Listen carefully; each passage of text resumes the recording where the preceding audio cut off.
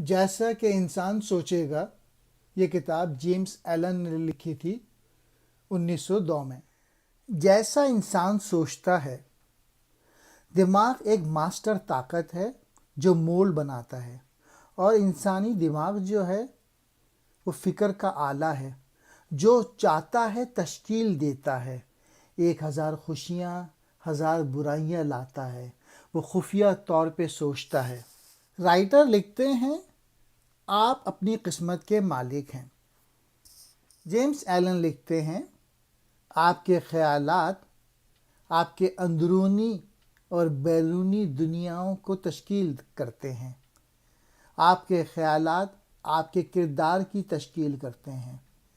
آپ کا کردار آپ کے افعال کو شکل دیتا ہے، اور آپ کے اعمال آپ کے حالات کی تشکیل کرتے ہیں۔ سیدھے الفاظ میں آپ وہی ہیں جو آپ سوچتے ہیں۔ اگر آپ کے خیالات نرم دل ہیں، یہ آپ کے کردار کی وضاحت کرے گا۔ آپ کے خیالات آپ کے صحت کو بھی بتاتا ہے۔ اگر آپ مایوسی کا رویہ برقرار رکھتے ہیں تو آپ کے چہرے پر جھریاں مستقل شکل اختیار کر لیتی ہیں۔ اگر آپ کے خیالات دوسروں کے متعلق مثبت ہیں، آپ کو مضبوط جسمانی صحت اور عمر عطا ہوتی ہے۔ وہ لکھتے ہیں کہ اپنے دماغ کو معیاری معلومات سے بھریں۔ اگر اس میں کوئی مفید بیج نہیں ڈالا گیا تو پھر بیکار گھاس کے بیجوں کی کثرت اس میں گھر جائے گی اور اپنی طرح کی پیداوار جاری رکھے گی۔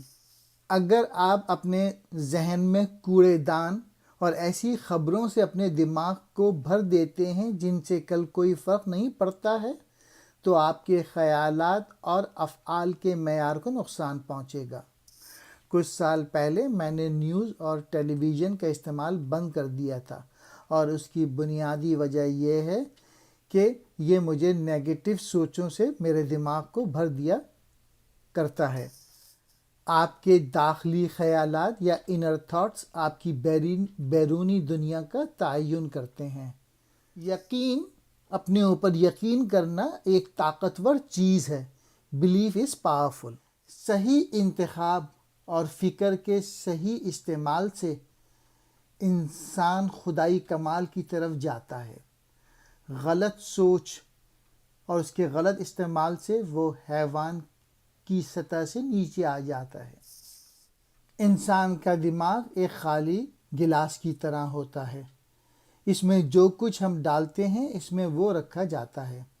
اگر آپ نے اپنے دماغ میں سنسنی خیز خبریں، ٹاک شوز اور اس میں گندا پانی ڈالتے رہیں گے تو آپ کے شیشے گلاس میں اندھیرا، مایوس کن، پریشانی کا پانی موجود رہے گا۔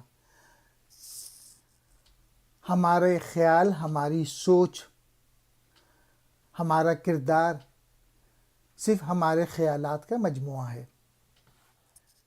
ہم اپنے خیالات کو تبدیل کر کے اپنے کردار کو بھی تبدیل کر سکتے ہیں۔ جیسا کہ انسان سوچتا ہے ویسا ہی وہ حاصل کرتا ہے۔